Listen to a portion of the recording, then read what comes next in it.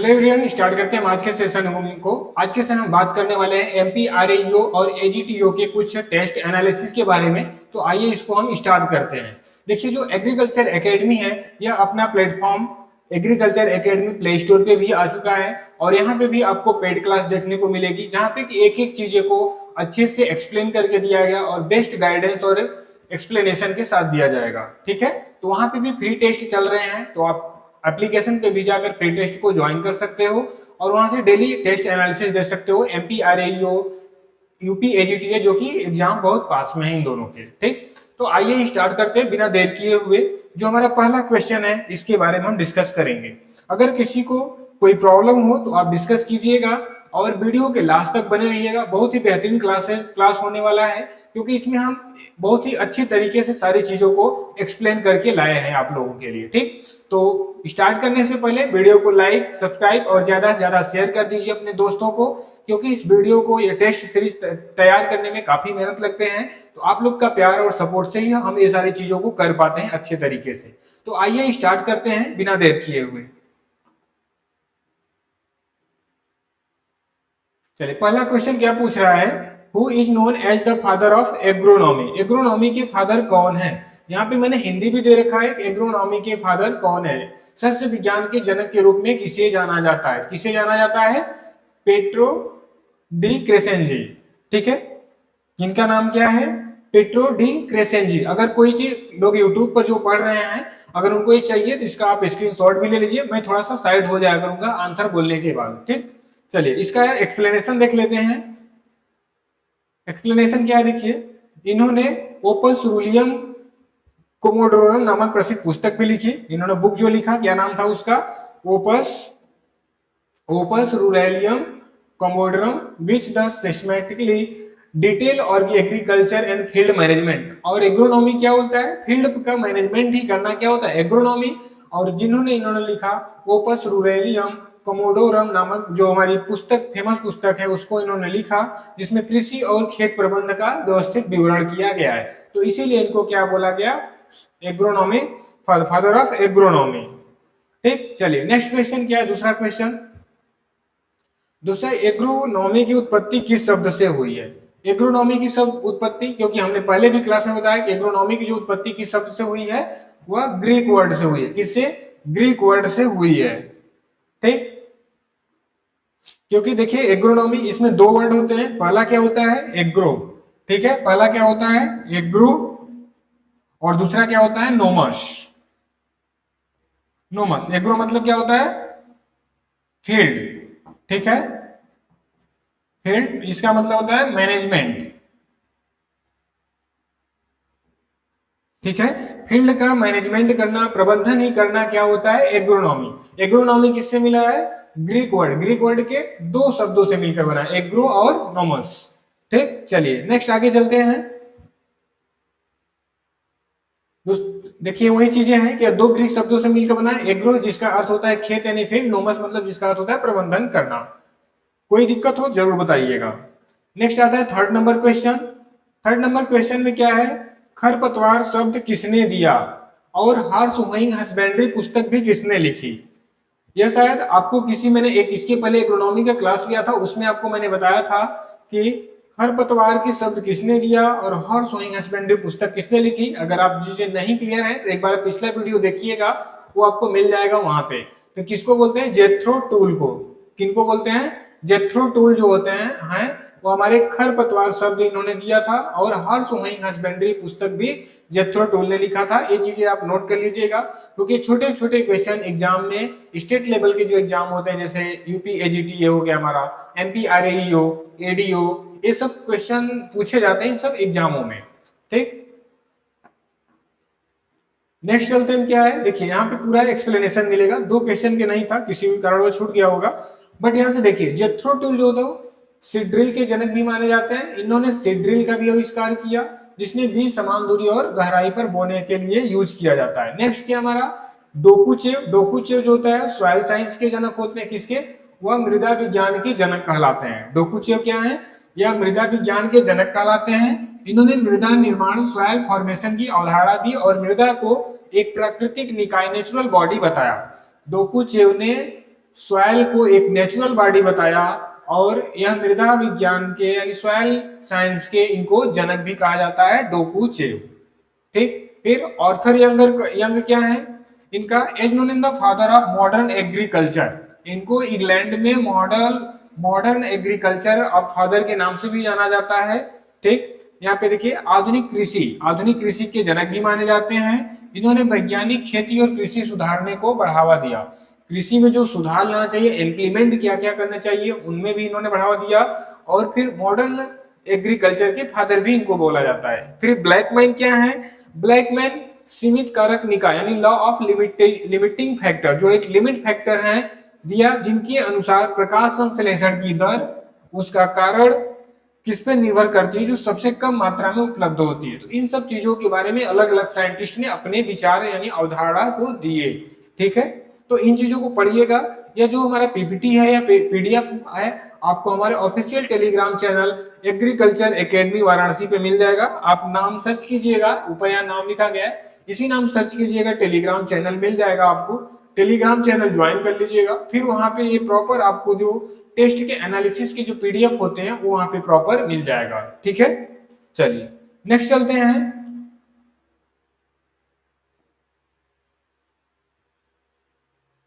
Next क्या है, धान की खेती में पडलिंग यानी गारा करना मुख्य उद्देश्य क्या है। ठीक है, what is the main objective of puddling in rice cultivation. Rice cultivation में पडलिंग करने का क्या मतलब है, क्योंकि अगर पडलिंग करते हैं तो हम क्या होता है, जो हमारी फील्ड होती है वो समतल हो जाता है, उससे क्या होता है, परकोलेशन यानी पानी का नीचे रिसाव होना बंद हो जाता है। तो वही चीजें यहाँ पे भी होती है।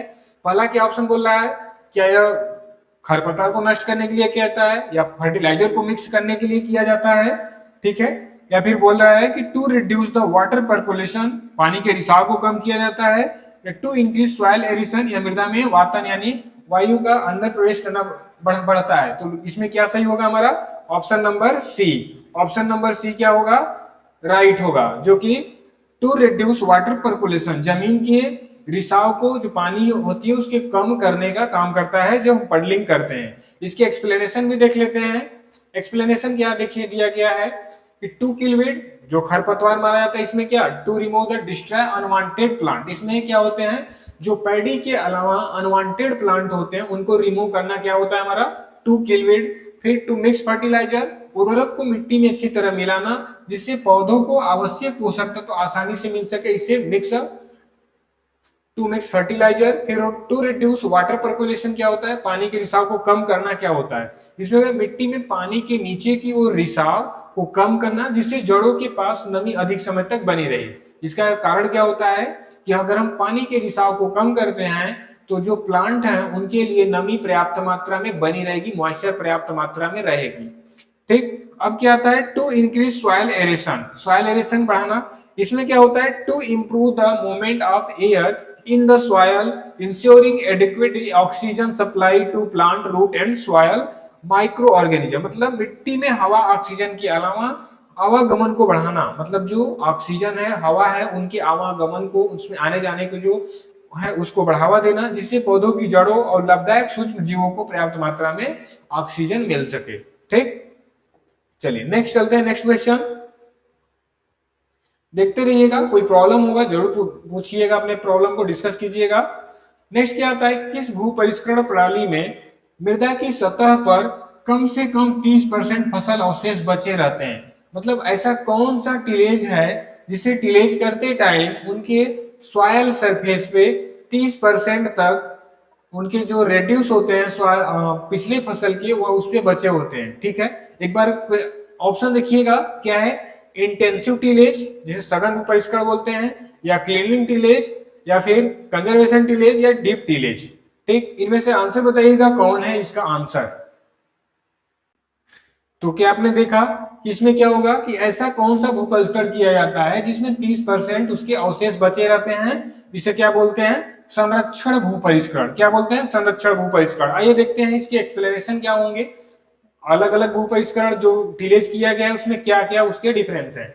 इंटेंसिव टिलेज क्या होता है, इसमें इसे क्या बोलते हैं, सघन भू परिष्करण बोलते हैं। ठीक, इसमें खेत की बार बार जुताई की जाती है ताकि अच्छा बीज सीड बेड तैयार किया जा सके और खरपतवार को नियंत्रण किया जा सके और मिट्टी भुरभुरी बनी रहे। फिर क्या है क्लीनिंग टिलेज, इसमें क्या होता है स्वच्छ भू परिष्करण यानी साफ सफाई से इसको करना। क्या होता है स्वच्छ भू परिष्करण में खेत को खरपतवार और फसल अवशेषों से पूरी तरह साफ रखने के लिए बार बार जुताई की जाती है।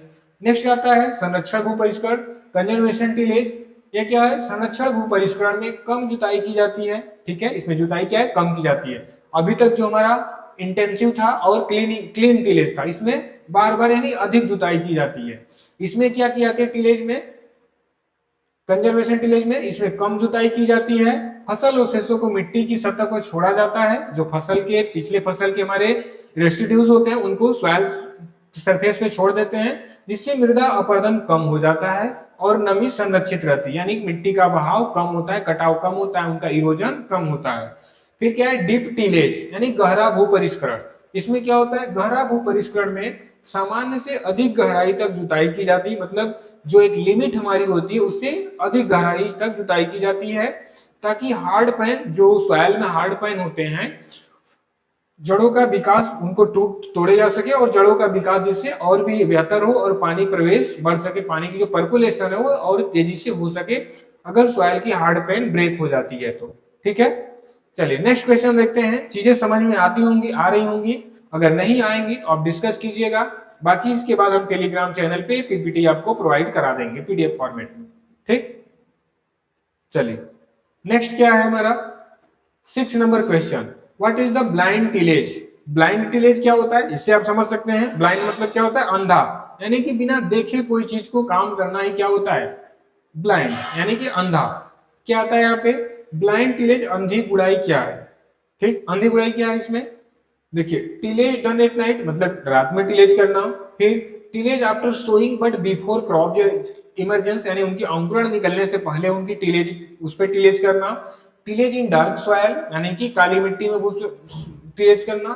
टिलेज विदाउट ट्रैक्टर, बिना ट्रैक्टर के टिलेज करना। तो क्या इसमें कौन सा ऑप्शन सही लग रहा है, कोई बताएगा कि इसमें कौन सा ऑप्शन सही है।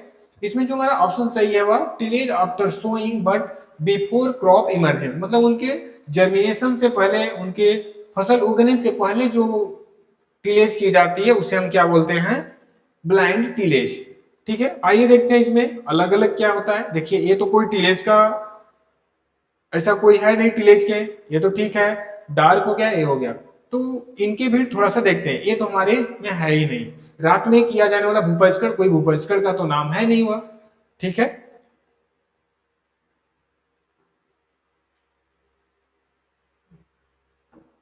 देखिए वही है, रात के समय की जाने वाली जुताई कृषि विज्ञान की मान्य भू परिष्करण का प्रकार नहीं है, ऐसा कोई प्रकार ही नहीं है हमारे एग्रीकल्चर में। नेक्स्ट क्या है tillage after sowing but before the emergence, यानी बुआई के बाद लेकिन फसल उगने से पहले की जाने वाली गुड़ाई क्या होती है हमारी ब्लाइंड टिलेज बोला जाता है। इसको क्या बोला जाता है ब्लाइंड टिलेज। ब्लाइंड टिलेज क्या आता है, इससे ब्लाइंड टिलेज कहते हैं, यह बुआई के बाद लेकिन फसल के अंकुरित होने से पहले की जाती है, ताकि प्रारंभिक अवस्था के खरपतवार नष्ट हो जाएं और फसल की नुकसान हो न पहुंचे। मतलब स्टार्टिंग में उनके ग्रो करने से पहले क्या होते हैं कुछ वीड होते हैं जो ग्रो कर जाते हैं, तो उनको रोकने के लिए हम ब्लाइंड टिलेज किए जाते हैं। मोस्टली जो ब्लाइंड टिलेज की जाती है वह किसमें किया जाता है शुगर केन में किया जाता है। किसमें, शुगर केन में किया जाता है, जो हमारा शुगर केन में किया जाता है हमारा ब्लाइंड टिलेज, याद रखिए। काली मिट्टी में की जाने वाली जुताई या भूपरिष्करण का कोई मानक प्रकार नहीं है यह भी। ठीक है, बिना ट्रैक्टर के या पशुओं या हाथ औजारों से की जाने वाली जुताई इसे ब्लाइंड टिलेज नहीं कहा जा सकता। ट्रैक्टर से किया जाए या हाथ से किया जाए, देखिए जो फील्ड में क्रॉप नहीं ग्रो किया जाए उसमें आप किसी प्रकार का टिलेज कीजिए, वो तो ब्लाइंड टिलेज नहीं होगा। वह ट्रैक्टर से कीजिए, बैल से कीजिए, हाथ से कीजिए, फावड़े से कीजिए, जैसे भी कीजिए वो टिलेज अगर आप, तो उसमें वह टिलेज नहीं होता ब्लाइंड टिलेज। ठीक है, चलिए नेक्स्ट क्वेश्चन 7 नंबर क्या है, धान के बौनेपन के लिए कौन सा जीन जिम्मेदार होती है। ठीक है, what is the gene responsible for dwarfer in rice, मतलब जो डॉर्फर के लिए राइस में रिस्पॉन्सिबल है ऐसा कौन सा जीन है। नोरिन 10, ठीक है, ओपेक 2 या डीजी जियोबुजेन या फिर टिप्स 23A। तो इन चार में से कौन सा ऑप्शन जो है धान के डॉर्फिंग के लिए रिस्पॉन्सिबल है, बौनेपन के लिए जिम्मेदार है। कौन सा है, आइए देखते हैं। इसमें सी ऑप्शन इसका सही होगा। यहाँ पे कौन सा ऑप्शन सही होगा, सी ऑप्शन सही होगा आपका, यह राइट आंसर है। आइए इसका एक्सप्लेनेशन देखते हैं कि अलग अलग जो जीन है उनका क्या काम है। जो हमारा नोरिन 10 है यह एक गेहूं की किस्म की है, ठीक है। कौन सा, यह गेहूं की वैरायटी किया है, सेमी डॉर्फ की है। इसे RST1 और RST2 बौनापन जीन पाए जाते हैं और इसे हरित क्रांति में गेहूं की उत्पादकता बढ़ाने में महत्वपूर्ण भूमिका निभाई। कौन, याद रखिएगा, जो हमारा नोरिन 10 है यह जापान की एक बौनी गेहूं की किस्म है।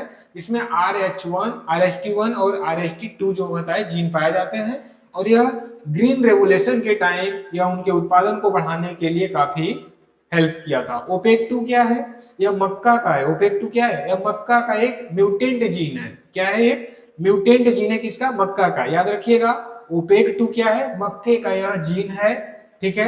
और जो लाइसिन और ट्रिप्टोफेन की मात्रा बढ़ाता है, जो लाइसिन और ट्रिप्टोफेन की मात्रा को क्या है, बढ़ाता है।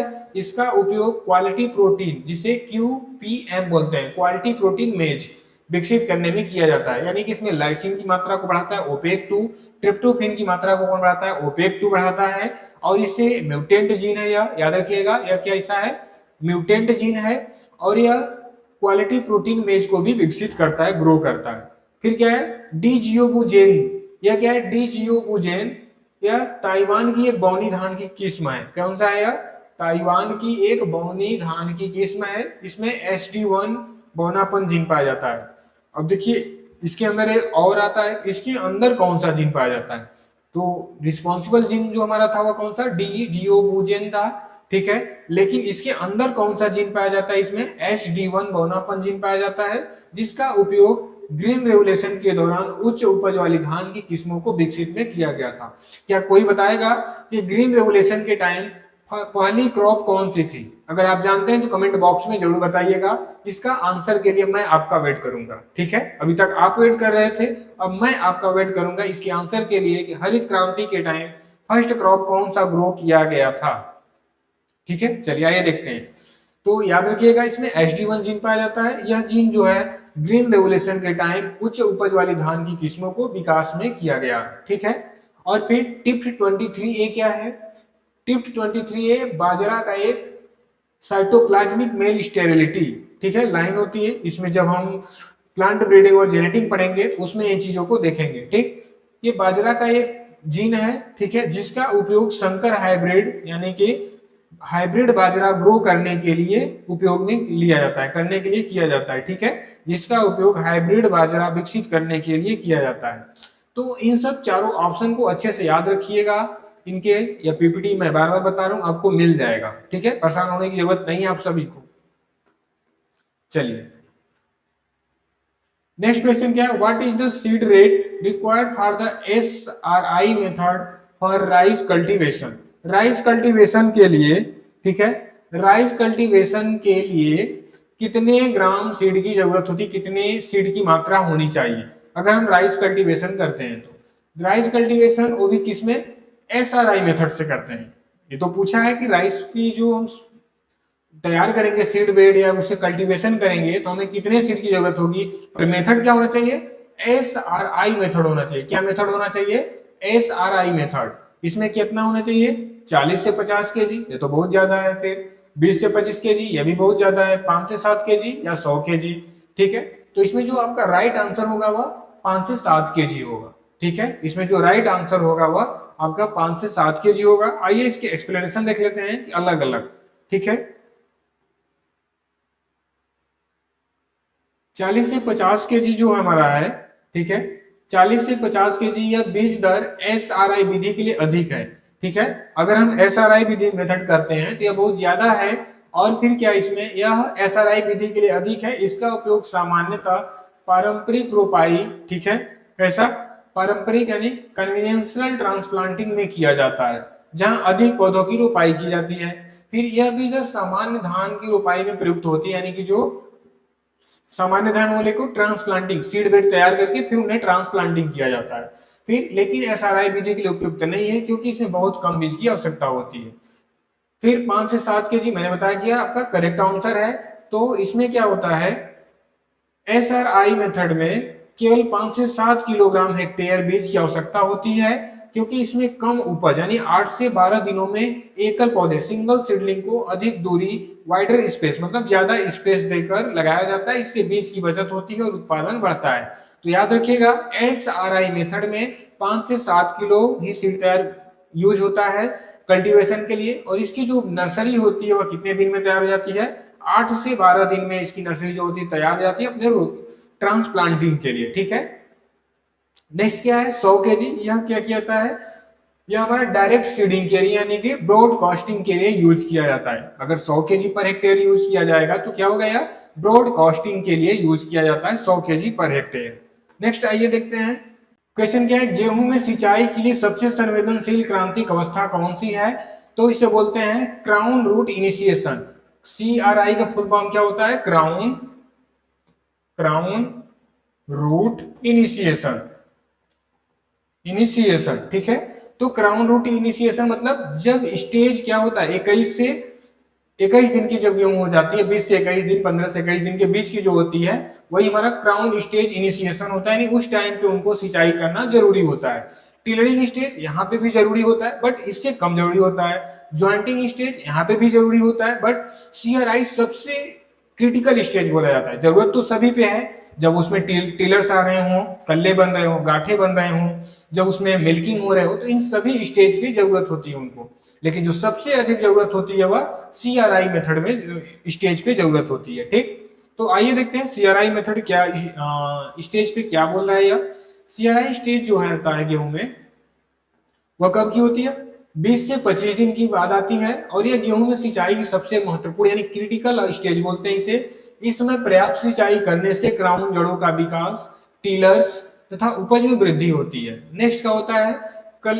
फिर टिलरिंग, एक कल्ले निकलने की अवस्था, जब उसमें कल्ला निकलने लगते हैं, टिलर्स आने लगते हैं, तब की अवस्था होती है जिसमें नए कल्ले बनते हैं, इसमें बालियों की संख्या प्रभावित होती है। इस अवस्था में सिंचाई लाभदायक होती है, लेकिन CRI अवस्था जितनी महत्वपूर्ण नहीं होती, जैसा कि मैंने पहले बताया आपको।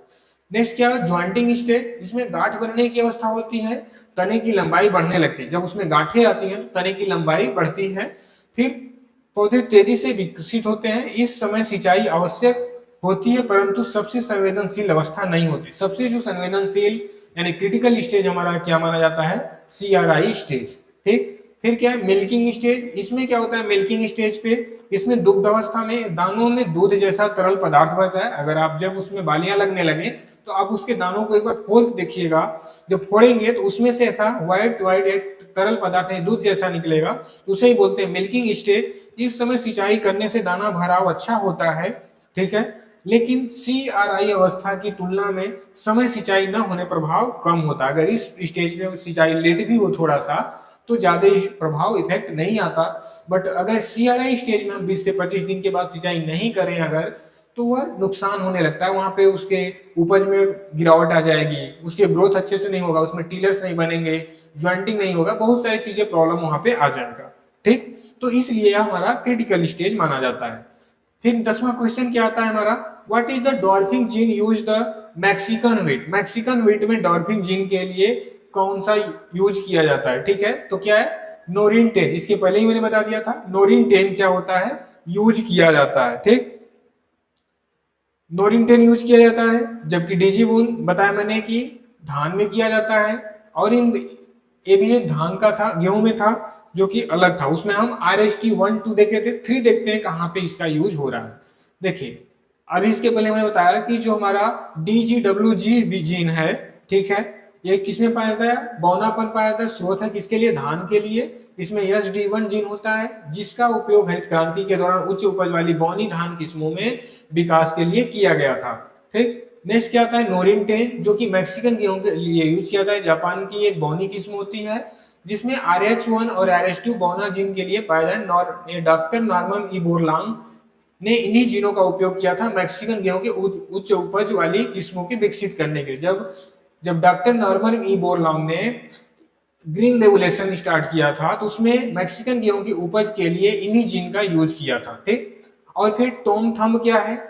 टॉम थंब गेहूं की एक प्रारंभिक बौना उत्परिवर्तन है, म्यूटेंट डॉर्फ वैरायटी जीन है। ठीक है, इसका गेहूं सुधार में ऐतिहासिक महत्व रहा है, हिस्टोरिकल है, लेकिन मैक्सिकन गेहूं की किस्मों में प्रयुक्त बौनापन जीन का यह स्रोत नहीं है, यह एक गेहूं का ही स्रोत है, यह बौनेपन के लिए गेहूं का ही जीन है, बट यह मैक्सिकन गेहूं के लिए रिस्पॉन्सिबल नहीं है, उसके लिए नोरिन 10 हमारा रिस्पॉन्सिबल है। RH-T3 क्या है? यह भी गेहूं का एक रेड्यूस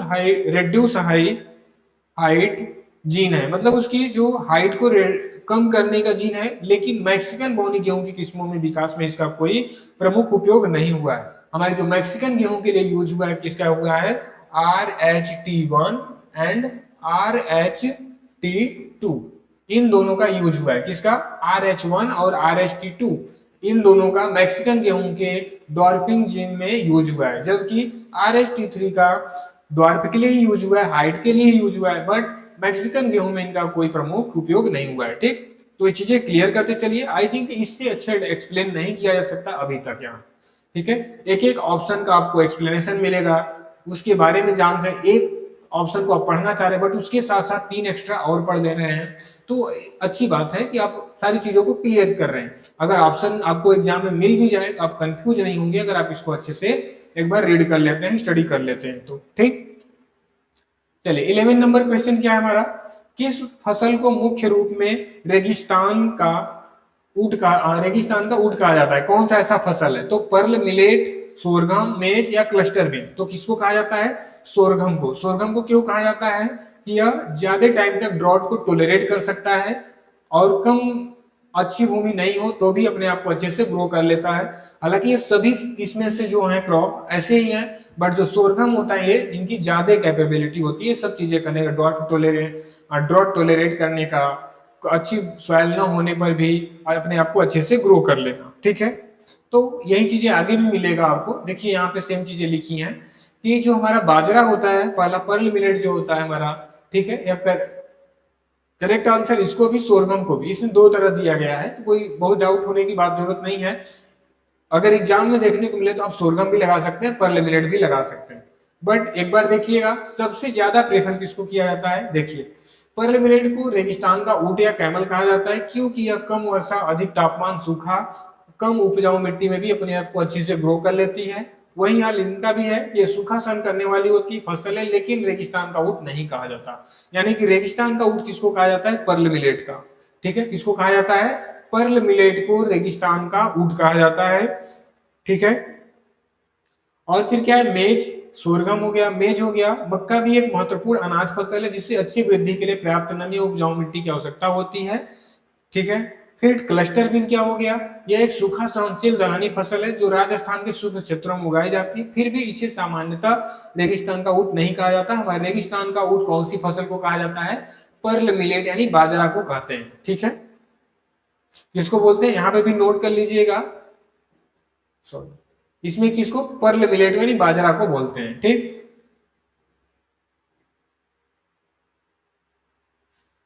फिर 12 नंबर क्वेश्चन क्या है? ज्वार की शुरुआती वनस्पतिक वृद्धि, मतलब जो प्रारंभिक उनके वेजिटेटिव ग्रोथ होता है अवस्था में कौन सा विषैला पदार्थ मौजूद होता है?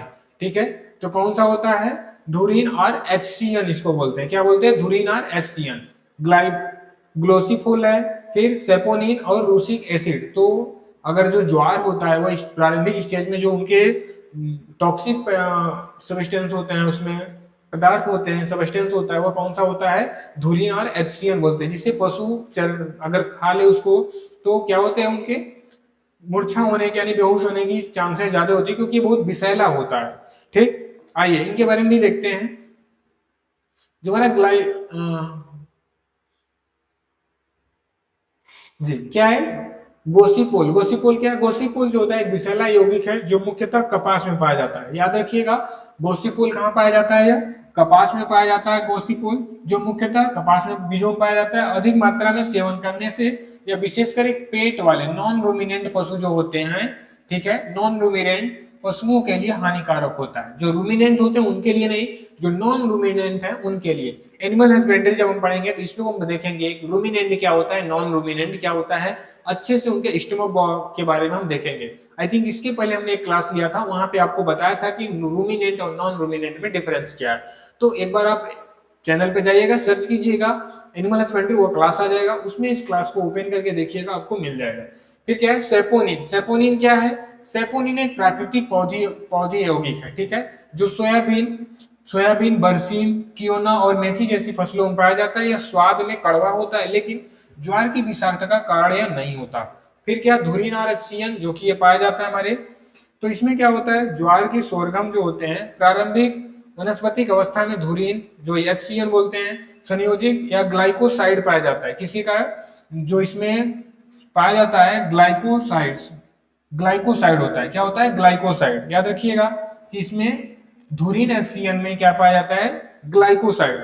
ठीक है, यहाँ पे देखिए, young sorghum plant contain dhurrin, ठीक है, cyanogenic glycoside when the plant is damage और consume dhurrin release the hydrogen cyanide, ठीक है, hydrogen cyanide HCN also called the prussic acid which the highly toxic in livestock especially during the early vegetative stage। ठीक है, तो वही चीजें हैं कि अगर प्रारंभिक अवस्था में इसमें धुरीन नामक एक संयोजक ग्लाइकोसाइड पाया जाता है, पौधे के कटने या उनके जो चबाते हैं पशु, उसमें से हाइड्रोजन साइनाइड या प्रूसिक अम्ल छोड़ता है। जब पशु उसको चबाते हैं, खाते हैं, तो उसमें हाइड्रोजन साइनाइड या प्रूसिक एसिड निकलता है। इसे विशेष रूप से पशुओं के लिए अत्यंत विषैला होता है। ठीक, फिर यूरिक एसिड क्या होता है, यूरिक एसिड क्या है, यूरिक एसिड जो होता है मुख्यतः सरसों और रेपसीड के तेल में पाया जाता है। ठीक है, जो मस्टर्ड होता है, रेपसीड होता है, उनके तेल में पाया जाता है यूरिक एसिड।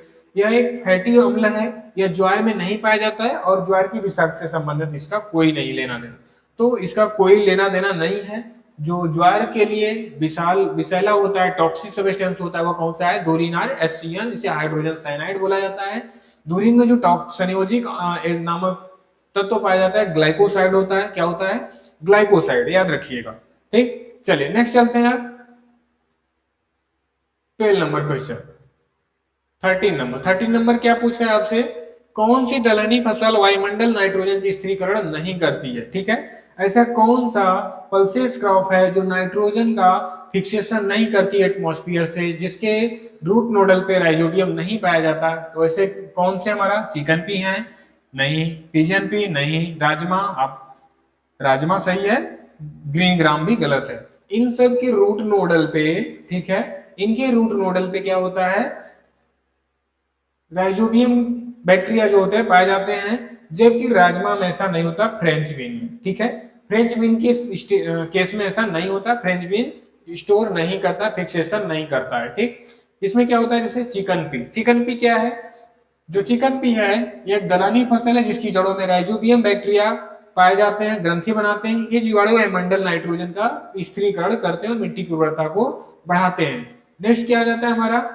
PGNP यानी अरहर क्या होता है, अरहर की जड़ों पे राइजोबियम ग्रंथियां पाई जाती है, वायुमंडलीय नाइट्रोजन का स्थिरीकरण करती है, जिससे मिट्टी की उर्वरता बढ़ती है। ठीक, नेक्स्ट क्या हमारा, राजमा दलहनी फसलों के होने के बाद परिस्थितियों में वायुमंडलीय नाइट्रोजन का प्रभावी स्थिरीकरण नहीं करता है।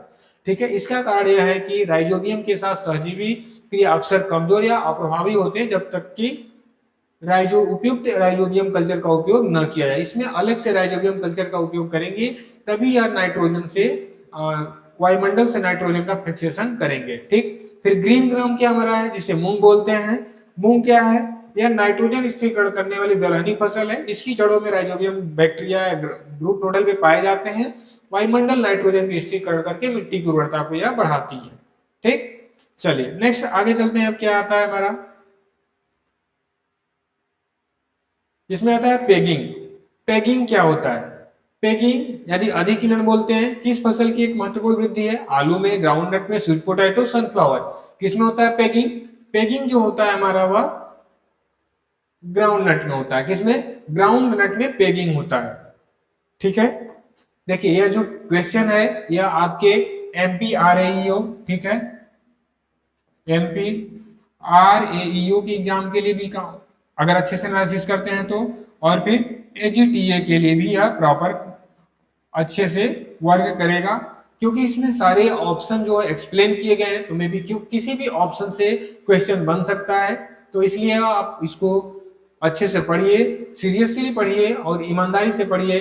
और कोई प्रॉब्लम हो तो हमारे चैट ग्रुप या फिर आप डायरेक्ट टेलीग्राम चैनल में भी डिस्कस कर सकते हैं, व्हाट्सएप ग्रुप में डिस्कस कर सकते हैं, व्हाट्सएप चैनल पे डिस्कस कर सकते हैं, और डायरेक्ट यहाँ पे कमेंट में भी लिख सकते हैं आप। ठीक है, चलिए। तो हमने बताया ग्राउंड नट में पेगिंग होता है। तो ग्राउंड नट में, तो पोटैटो में क्या होता है ये देख लेते हैं। पोटैटो में क्या होता है, अगर ग्राउंड नट में पेगिंग होता है तो पोटैटो और भी क्रॉप्स जो उसमें क्या होता है, जो पोटैटो में होता है इसमें ट्यूबर बनते हैं, लेकिन इसमें पेगिंग की अवस्था नहीं होती है। कंद निर्माण से ट्यूबर बोलते हैं, भूमिगत स्टोलन स्टोलन से होता है। फिर ग्राउंड नट में पेगिंग होता है, अधिक्लेन, जिससे जब छोटे छोटे उसमें निकलते हैं तो सॉइल में अंदर पेनिट्रेट करते हैं, अंदर की तरफ जाते हैं। अवस्था होती है जिससे फर्टिलाइजेशन के बाद गाइनोफोर, ठीक है, सिपेक बोलते हैं, नीचे की ओर बढ़कर मिट्टी में प्रवेश करता है जहां फलियां यानी पोड विकसित होते हैं। स्वीट पोटैटो या शकरकंद होता है, स्वीट पोटैटो या जड़ वाली फसल होती है, रूट क्रॉप्स होती है। इसे खाने योग्य भाग जो होता है ट्यूबर रूट होता है, इसमें पेगिंग अवस्था नहीं होती है। सनफ्लावर क्या है, सनफ्लावर सूरजमुखी, यह एक तिलहन फसल है, इसमें बीज पुष्पक्रम में कैपिटुलम होता है, याद रखिएगा। इसके साथ साथ कि पोटैटो में ट्यूबर बनता है, ग्राउंड नट में पेगिंग होती है, जो स्वीट पोटैटो में रूट क्रॉप है, ठीक है, इसमें ट्यूबरस रूट होता है, ठीक है। और फिर सनफ्लावर में कैपिटुलम होता है, इसे पुष्पक्रम बोलते हैं, इसको कैपिटुलम होता है। तो ये जो छोटी छोटी चीजें, यही चीजें हमें याद रखना है, हमारे एग्जाम में यही से क्वेश्चन बनते हैं। मैं इतना सारा चीज पढ़ा रहा हूँ, कोई जरूरी नहीं कि सारे क्वेश्चन आए, बट कोई एक दो क्वेश्चन जो होगा ऐसा आपके लिए अच्छा हो जाएगा, ठीक है। तो चीजों को सीरियसली लीजिए और अच्छे से पढ़िए। चलिए नेक्स्ट क्या है, 15 नंबर। 15 नंबर में क्या है, सरसों के तेल में तीखापन किसके कारण से आता है, ठीक है। जो तो उसमें तो हमारा एक मस्टर्ड होता है, उसमें जो प्रेजेंस होता है हमारा, तो तीखापन किसके कारण होता है, किसके कारण होता है, एलिल आइसोथियोसाइनेट, सोलेनिन, कैप्सिन या फिर एलिसिन। तो किसके, एलिल आइसोथियोसाइनेट, ठीक है। आइए इसका एक्सप्लेनेशन देख लेते हैं। एक्सप्लेनेशन जो होगा एलिल आइसोथियोसाइनेट के, यह करेक्ट आंसर है। सरसों के तेल में तीखी गंध स्वाद जिम्मेदार यौगिक कौन सा है, एलिल आइसोथियोसाइनेट, ठीक है। एलिल जिम्मेदार होता है इसमें ग्लूकोसाइलोलेट और माइरोसिनेज, ठीक है। माइरोसिनेज एंजाइम टूटने पर बनता है, इसके ब्रेक होने पर कौन सा बनता है, ग्लूकोसाइनोलेट्स और माइरोसिनेज बनता है। फिर नेक्स्ट क्या है, सोलेनिन। सोलेनिन एक विषैला ग्लाइको एल्काइसाइड है जो कि मुख्यतः हरे आलू में पाया जाता है, इसे सोलेनिन बोलता है। सोलेनिन जब आलू आप देखोगे तो आलू क्या होता है, हरा हो गया होता है। हरा किन कब होता है, जब हम उसमें मिट्टी चढ़ाया जाता है, आलू के फील्ड में, खेत में जब उसमें मिट्टी चढ़ाया जाता है तो आलू अगर कोई अच्छे से ढक नहीं पाता तो सनलाइट की वजह से, जब उस पर डायरेक्ट सनलाइट पड़ती है लगातार पड़ने से सोलेनिन वहां पे हरा हो जाता है, तो उसमें सोलेनिन टॉक्सिक पदार्थ उसमें आ जाता है, ठीक है। तो जो हरा वाला पार्ट होता है वो नहीं खाना चाहिए। सोलेनिन का भी एक लिमिट होता है, आई थिंक 16% से ऊपर जो सोलेनिन होता है वह हमारा क्या होता है, पॉइजनस होता है, ठीक है। फिर कैप्सिन होता है, कैप्सिन मिर्च के में तीखेपन के लिए रिस्पॉन्सिबल होता है। जो मिर्च में तीखापन आता है वो किसके रीजन से आता है, किसके कारण, कैप्सिन के कारण होता है, या सरसों तेल में नहीं पाया जाता। फिर एलिसिन जो होता है लहसुन की विशिष्ट गंध के लिए, जो लहसुन में एक विशिष्ट गंध आती है, स्पेशल गंध आती है, उसे एलिसिन होती है, उसके लिए जिम्मेदार सल्फर यौगिक होता है, ठीक है। यह सरसों तेल में भी नहीं पाया जाता, ठीक है। तो इन चीजों को याद रखिए। जो एलिलिन होता है वह लहसुन के लिए रिस्पॉन्सिबल होता है, उसमें जो गंध आती है। जो हमारा कैप्सिन होता है वो मिर्च में तीखेपन के लिए। सोलेनिन जो होता है आलू में जो हरा वाला पार्ट होता है वो सोलेनिन के कारण होता है। फिर एलिल आइसोथायोसाइनेट जो होता है वो सरसों के तेल में होता है, जिससे वो जो हमारी कड़वाहट आती है उसमें, उसके लिए रिस्पॉन्सिबल होता है। इसके ब्रेक होने से ग्लूकोसाइनोलेट और माइरोसिनेज बनती है। इन चीजों को याद रखिएगा। पूछ सकता है कि जो हमारे एलिल आइसोथायोसाइनेट होता है सरसों के तेल में कड़वाहट के लिए रिस्पॉन्सिबल होता है, जिम्मेदार होता है, तो बताओ इसको ब्रेक होने पर कौन कौन से यौगिक बनते हैं। तो आपको याद रखना होगा इसके लिए कौन कौन से बनते हैं, ग्लूकोसाइनोलेट और माइरोसिनेज एंजाइम द्वारा टूटने पर बनता है, ठीक है। तो इन चीजों को अच्छे से याद रखिए आप। चलिए नेक्स्ट चलते हैं अब 16 नंबर। नेक्स्ट क्या है, 16 नंबर क्या है, गन्ने के नीचे की सूखी पत्तियों को हटाने की क्रिया को क्या कहते हैं, प्रोपिंग, अर्थिंग। देखिए प्रोपिंग क्या होता है, अर्थिंग क्या होता है, टॉपिंग क्या होता है, डी ट्रेसिंग क्या होता है। प्रोपिंग क्रॉप में किसमें किया जाता है, कोई बताए, ठीक है बताते हैं। अर्थिंग, इसमें जो राइट आंसर है इसका डी ट्रेसिंग क्या है, अर्थिंग मिट्टी चढ़ाना होता है, प्रोपिंग केले पे किया जाता है और टॉपिंग भी होती है, ठीक है, आइए देखते हैं एक एक करके। जो हमारा क्रॉपिंग होता है या दो से अधिक गन्ने के पौधों की सूखी पत्तियों की सहायता से बांध दिया जाता है ताकि तेज हवा अधिक वजन से न टूटे। ऐसा यह केले में भी किया जाता है उनकी गिरने से बचने के लिए। ठीक है, मिट्टी चढ़ाना अर्थिंग हो गया हमारा। डिट्रेसिंग क्या हो गया, गन्ने की पौधों के नीचे की सूखी और मृत पत्तियों को हटाने की प्रक्रिया, वायु संचार जिससे क्या एयर सर्कुलेशन अच्छे से होगा और सिंगल पेनिट्रेशन बेहतर होगा। ठीक है, सनलाइट पेनिट्रेशन अच्छे से होगा, सनलाइट यानी सूर्य की प्रकाश अच्छे से उसमें प्रवेश करेगी, कीट एवं रोग कम लगते हैं तथा खेत में कार्यों की सुविधा हो जाती है, कार्य करने में आसानी होता है। टॉपिंग, यह कटाई के समय गन्ने के ऊपरी कोमल भाग को काट कर अलग किया जाता है जिससे गन्ने की गुणवत्ता बनी रहती है और कटाई आसानी होती है। उसके जो ऊपर की मुलायम वाली पार्ट होती है, सबसे हरा वाला पार्ट, उसको काट के हटाना टॉपिंग कहते हैं। डिट्रेसिंग, उसकी जो पत्तियां सूख गई उसको हटाना। फिर अर्थिंग, मिट्टी चढ़ाना हो गया। क्रॉपिंग क्या होती है, दो से अधिक गन्नों के पौधों को सूखी पत्तियों की सहायता से आपस में बांध दिया जाता है ताकि तेज हवा के साथ वो इधर उधर गिरे नहीं। ठीक है, एक बार इसको देखिएगा।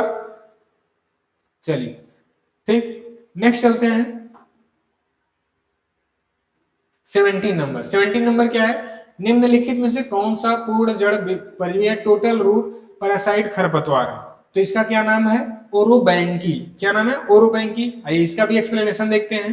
टाइम भी अभी हो चुका है, 8 बज चुका है, दूसरी क्लास भी है। अमरबेल, पहला क्या है, इसे बोलते हैं कसकटा। कसकटा क्या होता है, अमरबेल। अमरबेल क्या है, पूर्ण तना परजीवी है, टोटल स्टेम पैरासाइट खरपतवार है जिसमें क्लोरोफिल नहीं होता। याद रखिएगा, ऐसा कौन सा पेड़ है जिसमें क्लोरोफिल नहीं होता, तो कसकटा याद रखिएगा। यह भोजन और पानी के लिए पूरी तरह पोषक तत्वों पर निर्भर रहता है, या तने पर परजीवी होती है, जड़ पर नहीं। फिर लेथरस क्या होता है, लेथरस एक आंशिक तना परजीवी मतलब पार्शियल स्टेम पैरासाइट है और जिसे हेमीपैरासाइट्स भी कहते हैं। इसमें क्लोरोफिल होता है इसलिए यह अपना भोजन स्वयं बनाता है। लेथरस अपना भोजन स्वयं बनाता है जबकि कसकटा अपना भोजन स्वयं नहीं बनाता। फिर ओरोबैंकी क्या है, यह ओरोबैंकी सही हमारा राइट आंसर है इस क्वेश्चन का। तो एक पूर्ण जड़ परजीवी है, उसमें पूछा भी है कि कंप्लीट यानी टोटल रूट पैरासाइट कौन है, तो हमारा किससे बोल सकते हैं, ओरोबैंकी। यह एक रूट क्या है, टोटल रूट। ये देखिए पैरासाइट है या बिल्कुल भी नहीं है। ठीक है, इसमें क्लोरोफिल नहीं होता इसलिए यह भोजन पानी और खनिज पूरी तरह पोषक तत्वों पर निर्भर होता है। तंबाकू, सरसों, टमाटर, बैगन जैसी फसलों की जड़ों पर परजीवी होती है। फिर क्या होता है, स्ट्राइगा। स्ट्राइगा क्या होता है, यह एक आंशिक जड़ परजीवी होता है, रूट होता है, हेमीपैरासाइट इसे भी बोलते हैं। इसमें क्लोरोफिल होता है इसलिए यह प्रकाश संश्लेषण करती है लेकिन जल एवं पोषक तत्व को पौधों की जड़ प्राप्त करती है। ठीक है, नेक्स्ट है 18 नंबर क्या है, फाइलाइरिस माइनर गेहूं यानी मामा बोलते हैं, इसे गेहूं का मामा बोलते हैं। इसका बोटेनिकल नेम क्या है, फाइलाइरिस माइनर। फाइलाइरिस माइनर इसका बोटेनिकल नेम है। यह किस प्रमुख अनुकारी यानी मिमिक्री खरपतवार है, कौन सी क्रॉप का यह मिमिक्री करता है, किसका, व्हीट का। आप इससे भी समझ सकते हैं गेहूं का मामा हो सकता है, गेहूं का मामा एग्जाम में लिखकर नॉय आए, फाइलाइरिस माइनर आए, तो ये चीज आपको याद रखना है। बोटेनिकल नेम क्या होता है, क्या होता है, फाइलाइरिस माइनर, जिसे क्या बोलते हैं, गेहूं का मामा। ठीक है, देखिए धान है, धान में जो पाया जाता है मुख्य खरपतवार सामा होता है, जिसे इकाइनोकोला, क्रस गाली बोलते हैं, इकाइनोक्लोआ तथा साइप्रस आदि होते हैं। इसे फलारिस माइनर धान अनुकारी या मिमिक्री खरपतवार नहीं है। ठीक है, जो हमारा फलारिस माइनर है यह धान का मिमिक्री नहीं है। ठीक है, गेहूं का यह है, यह गेहूं से प्रतिस्पर्धा करता है, उसके उपज में गिरावट आती है, इससे नियंत्रण करना थोड़ा कठिन होता है, डिफिकल्ट होता है। ठीक है, जल, पोषक तत्व, प्रकाश, इन सब चीजों से गेहूं से कंपटीशन करता है अपना। ठीक, नेक्स्ट आता है जौ। कुछ घास फूल खरपतवार पाए जाते हैं लेकिन फलारिस माइनर मुख्य रूप से गेहूं का खरपतवार नहीं होता है, जौ का। फिर सरसों में चौड़ी पत्ती वाली घास फूल खरपतवार पाए जाते हैं लेकिन सरसों का यह मुख्य अनुकारी यानी मिमिक्री नहीं करता। ठीक, चलिए नेक्स्ट आते हैं 19 नंबर की सिंचाई विधि की जल उपयोग दक्षता सबसे अधिक होती है 90 से 95%। बौछारी की, ड्रिप की, फुवारा की और बॉर्डर स्प्रिंकलर। स्प्रिंकलर क्या होता है, इसमें पाइप में स्प्रिंकलर होता है, स्प्रिंकलर घूमता है और उसमें से पानी निकलती है और दूर दूर तक छिड़काव करता है। फिर ड्रिप में टपकदार इरिगेशन होता है। फुरो यानी कुड़ में करते हैं। फिर इसमें ब्रॉड में यानी पट्टियों में करते हैं, पट्टी बनाकर उसमें किया जाता है। ठीक, आइए देखते हैं। बौछारी में से पाइप लगा होता है यहाँ पे, इसमें पानी इधर उधर निकलता है यहाँ पे, तो इसको क्या बोलते हैं, छिड़काव बौछारी विधि बोलते हैं। उसमें पानी टपक टपक, इसमें बड़े प्लांट में ज्यादा यूज किया जाता है हमारा ड्रिप इरिगेशन। ठीक, तो आइए एक एक करके देखते हैं इनके बारे में भी। जो हमारी बौछारी है, स्प्रिंकलर इरिगेशन है, स्प्रिंकलर इरिगेशन, इसमें कृत्रिम वर्षा की तरह छिड़काव किया जाता है। इसकी जल उपयोग दक्षता 70 से 80% तक ही होती है, जबकि ड्रिप की बूंद बूंद करके सीधे जड़ों तक पहुंचाया जाता है, इसकी उपयोग दक्षता 90 से 95% तक होती है। ठीक है, तो सबसे अधिक किसी हुई ड्रिप इरिगेशन की। फिर इसमें फसल की कतारों के बीच में, फसल की जो कतार होते हैं, लाइन होते हैं, उनके बीच में नालियां बनाई जाती हैं, उसमें पानी दिया जाता है। इसकी जल उपयोग दक्षता जो होती है 50 to 60% तक होता है। फिर बॉर्डर स्ट्रिप इरिगेशन क्या हो गया, इसमें पानी लंबी पट्टियों में बहाया जाता है, इसकी जल उपयोग दक्षता 40 से 60% तक होती है। तो इसमें भी याद रखिएगा, आपसे क्वेश्चन पूछा जा सकता है, ऐसी कौन सी इरिगेशन मेथड है जिसकी उपयोग दक्षता जल उपयोग दक्षता 40 से 60% है, या 70 से 80% है, या 50 से 60% है, या 90 to 95% तक। तो इन चीजों को याद रखिएगा, इन चीजों को जितने अच्छे से याद रखेंगे उतनी ही आपके लिए अच्छा होगा। ठीक है, इस तरह के हम डेली क्विज लेकर आएंगे, डेली शाम 7 से 8 के बीच में। फिर इसके 8 से 9 जो हमारा होगा वह प्लेटफॉर्म पे लाइव चलेगा। ठीक है, हमारे जो पेड क्लास होती है वहां पे फ्री टेस्ट एनालिसिस लाइव चलेगा डेली 8 से 9 के बीच में। ठीक है, चलिए फिर क्या, टेंसियोमीटर मृदा में कितनी नमी तनाव तक कुशलता पूर्वक कार्य करता है। टेंसियोमीटर जो होता है वह सॉइल में कितनी अच्छी से काम करता है, कितने तक, 0.85 बार तक, 15 बार तक, 31 बार, 0.33 बार तक। तो किस पे ही अच्छे से यूज करता है, काम करता है, यह 0.85 बार पर अच्छे से यह काम करता है। ठीक, आइए इसका आंसर देख लेते हैं, एक्सप्लेनेशन। टेंसियोमीटर लगभग 0.85 बार तक मृदा नमी तनाव को सही मापता है। ठीक है, या सही मेजर करता है। इसके बाद इसमें हवा प्रवेश कर जाती है, जिससे इसकी शुद्धता कम हो जाती है। ठीक है, 15 स्थायी बार मुरझाने वाले नहीं, परमानेंट विल्टिंग पॉइंट है को दर्शाता है। टेंसियोमीटर का कार्य सीमा नहीं है, यह टेंसियोमीटर में नहीं आता। इस पे जब 15 बार तक हो जाता है तो प्लांट क्या हो, सूखने लगते हैं। फिर 31 बार तक, 31 बार या माप सीमा में टेंसियोमीटर पे है ही नहीं, इस पे कोई काम कर नहीं करता टेंसियोमीटर। 3.3 बार कई मध्यम बनावट वाली मिट्टियों की फील्ड कैपेसिटी, ठीक है, को दर्शाता है, लेकिन ये टेंसियोमीटर की अधिकतम कार्यसीमा नहीं है, इस पे टेंसियोमीटर अच्छे से काम नहीं करता। नेक्स्ट क्या हमारा 21 नंबर, इवापोरेशन। ठीक है, वाष्पोत्सर्जन को मापने के लिए किस उपकरण का यूज किया जाता है, इसको लाइसीमीटर का यूज किया जाता है वाष्पोत्सर्जन को मापने के लिए। एनीमोमीटर क्या होता है, एयर को। फाइकोमीटर, टेंसियोमीटर, टेंसियोमीटर में सॉइल के लिए मैं बताया भी ऊपर। ठीक है, आइए एक एक इन सब मीटर के बारे में देख लेते हैं। इनसे कई तरह से क्वेश्चन बन सकते हैं, तो आप याद रखिएगा, यहाँ पे मेन पॉइंट जो है दे दिया गया है आपको ऑलरेडी। ठीक, तो क्या होता है, हमारा जो एनीमोमीटर होता है हवा की गति को मापने का उपकरण, इसका उपयोग वाष्पोत्सर्जन को मापने के लिए नहीं किया जाता, याद रखिएगा। ठीक है, कि अगर पूछ दिया गया है कि हवा को मापने के लिए किस मीटर का यूज किया जाता है, तो एनीमोमीटर। फिर साइकोमीटर क्या होता है, वायु की सापेक्षिक आर्द्रता, ह्यूमिडिटी को मापने के लिए यह क्या होता है, इसमें ड्राई बल्ब और वेट बल्ब थर्मोमीटर का उपयोग होता है। ड्राई बल्ब और वेट बल्ब थर्मोमीटर का उपयोग होता है। लाइसीमीटर क्या होता है, लाइसीमीटर मृदा और पौधों से होने वाली कुल जल हानि को मेजर करता है। इसका उपयोग सिंचाई अनुसंधान एवं जल प्रबंधन में किया जाता है। अगर हम वाटर मैनेजमेंट कर रहे हैं या सिंचाई अनुसंधान कहीं है तो उसमें यूज किया जाता है। टेंसियोमीटर या मृदा नमी तनाव यानी सॉइल मॉइस्चर को मेजर करने के लिए किया था, अभी जैसा कि ऊपर भी हम लोग बात कर रहे थे। ठीक है, चलिए 22 नंबर क्वेश्चन क्या है, तिलहन फसलों में के संश्लेषण ऑयल सिंथेसिस के लिए कौन सा तत्व आवश्यक है, तो इनके लिए कौन सा तत्व आवश्यक है, सल्फर। ठीक है, अगर हमारा जो ऑयली क्रॉप है इनमें जो ऑयल सिंथेसिस का काम किसकी जरूरत पड़ेगी, सल्फर का। तो आइए देखते हैं और भी क्या क्या काम है इसमें, नाइट्रोजन वगैरह का, तो एक एक करके देखेंगे। नाइट्रोजन जो होता है पौधों की वनस्पतिक वृद्धि के लिए जरूरत होती है, इसमें पौधों वनस्पतिक वृद्धि क्लोरोफिल निर्माण की आवश्यक होती है। ठीक है, फास्फोरस जो होता है जड़ विकास, फूल जीव निर्माण और परिपक्वता में यूज किया जाता है। फिर हमारा क्या है, पोटेशियम, यह पोटेशियम फसल की गुणवत्ता, रोग प्रतिरोधक क्षमता, जल संतुलन को बढ़ाता है। ठीक है, सल्फर क्या होता है, सल्फर तिलहनी फसलों में तेल संश्लेषण ऑयल सिंथेसिस के लिए अत्यंत आवश्यक तत्व होता है। यह प्रोटीन निर्माण में भी सहायक होता है। सल्फर क्या होता है, प्रोटीन निर्माण में भी सहायक होता है।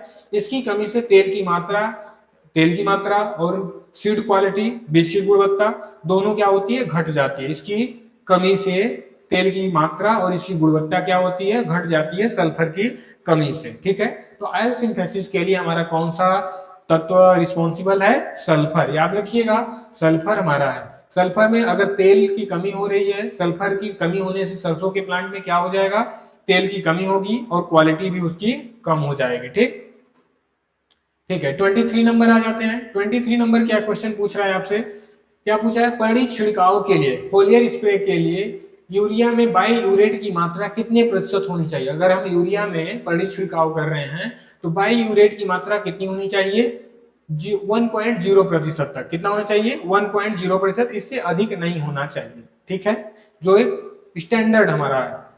तो इसमें क्या है, 1.0%। क्या होता है, परड़ी छिड़काव के लिए बाई यूरेट की मात्रा 1.0% रखनी चाहिए। इससे अधिक होगा तो बाई यूरेट होने पर पत्तियां क्या होती हैं, झुलस जाती हैं। अगर 1.5 होगा तो अनुशासित सीमा से अधिक हो गया। अगर 2.5 है तो परड़ी छिड़काव के लिए उपयुक्त नहीं है, क्योंकि इससे पत्तियां गहरे रूप से झुलस जाए, खत्म हो सकते हैं प्लांट। फिर बाई यूरेट सुरक्षित है, लेकिन अधिकतम अनुमेय जो सीमा होता है 1.0 होता है, इसलिए उत्तर सही नहीं है। ठीक है, तो जो हमारा स्टैंडर्ड होता है, स्टैंडर्ड उसका जो मेजरमेंट किया जाता है 1.0% पर किया जाता है। राइट, चलिए 24 नंबर आ जाते हैं क्वेश्चन, गोल्डन राइस। ठीक है, क्या क्वेश्चन है, गोल्डन राइस की किस विटामिन समृद्ध आनुवांशिक रूप से संशोधित स्रोत है। ठीक है, तो किसका है, विटामिन ए का। गोल्डन राइस में सबसे अधिक विटामिन ए पाया जाता है। विटामिन सी, विटामिन 12, ए के नहीं पाया जाता, बट इनके हम काम बता देते हैं, इनका वर्क क्या होता है, फंक्शन क्या है हमारे बॉडी में। ठीक है, जो विटामिन ए होता है या गोल्डन राइस का एक आनुवांशिक रूप से संशोधित होता है। ठीक है, जेनेटिक मॉडिफाइड, जिसमें बीटा कैरोटीन जो कि प्रो विटामिन होते हैं, किसके, विटामिन ए के प्रो विटामिन होते हैं, जो हमारा बीटा कैरोटीन होता है। बीटा कैरोटीन जो होता है वह प्रो विटामिन होता है, पाया जाता है। यह विटामिन ए की कमी को दूर करने के लिए विकसित किया गया। जो हमारा गोल्डन राइस है इसमें विटामिन ए पाया जाता है, इसको याद रखिएगा। जो बीटा कैरोटीन है प्रो विटामिन है विटामिन ए का। फिर क्या है, विटामिन सी। विटामिन सी रोग प्रतिरोधक क्षमता एवं घाव भरने में सहायक होता है, लेकिन गोल्डन राइस में इसका सोर्स नहीं है। फिर विटामिन बी 12 मुख्यतः पशु आधारित खाद्य पदार्थों में प्राप्त होता है, गोल्डन राइस में नहीं पाया जाता है। विटामिन के या रक्त के थक्के क्लॉटिंग के लिए होता है, लेकिन गोल्डन राइस में इसका संवर्धन नहीं किया गया। तो किसमें पाया जाता है, कौन सा पाया जाता है गोल्डन राइस में, गोल्डन राइस में विटामिन ए पाया जाता है, जो कि बीटा कैरोटीन होता है। ठीक है,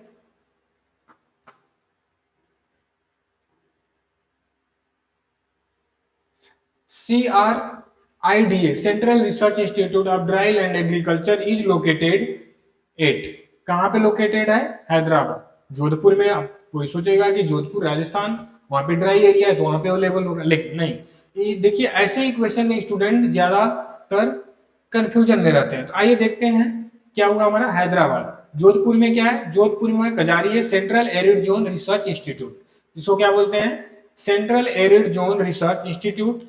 फिर नेक्स्ट क्या है पाया होता है, न्यू दिल्ली में ICAR का मुख्यालय स्थित है, लेकिन यहाँ पे CRIDA नहीं है।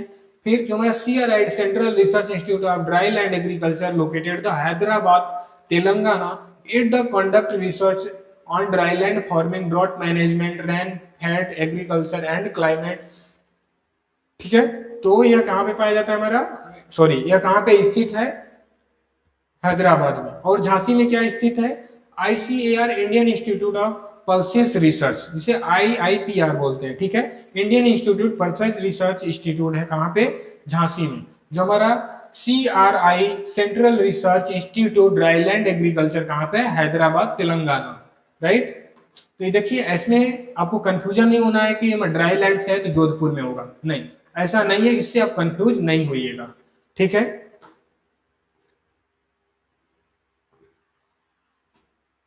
ये हमारा 25 नंबर था। हाँ देखिए हमारा जो 25 नंबर 25 क्वेश्चन इसमें हम लोग एनालिसिस किए। नेक्स्ट वीडियो में नेक्स्ट क्लास में हम फिर 25 क्वेश्चन लेकर इस तरह से आएंगे, जो कि आपके लिए इसी तरह सारे जो उसके ऑप्शन होंगे, आंसर होंगे, एक्सप्लेन किए गए होंगे। इससे आपके डबल यानी कि 4 क्वेश्चन 4 आंसर तैयार हो रहे हैं, अच्छे से 4 क्वेश्चन इजीली तैयार कर पा रहे हैं आप इजी से। ठीक है, तो इस छोटे छोटे चीजों को यह हमारे एमपीआरईओ में जो बहुत कम टाइम बचा है उसको यह रिवाइज करने के लिए बेस्ट आपके पास तरीका है कि आप छोटे छोटे चीजों से बड़ी बड़ी ज्यादा से ज्यादा क्वेश्चन को कवर कर पाओ। ठीक है, तो फिर हम नेक्स्ट वीडियो में लेकर आते हैं कल ऐसे ही क्लास के लिए। आप हमारे चैनल एग्रीकल्चर एकेडमी पर बने रहिए, चैनल को ज्यादा से ज्यादा सब्सक्राइब, लाइक और शेयर कीजिए, बेल आइकन को दबाना ना भूले। फिर मिलते हैं नेक्स्ट वीडियो में, तब तक के लिए बाय बाय।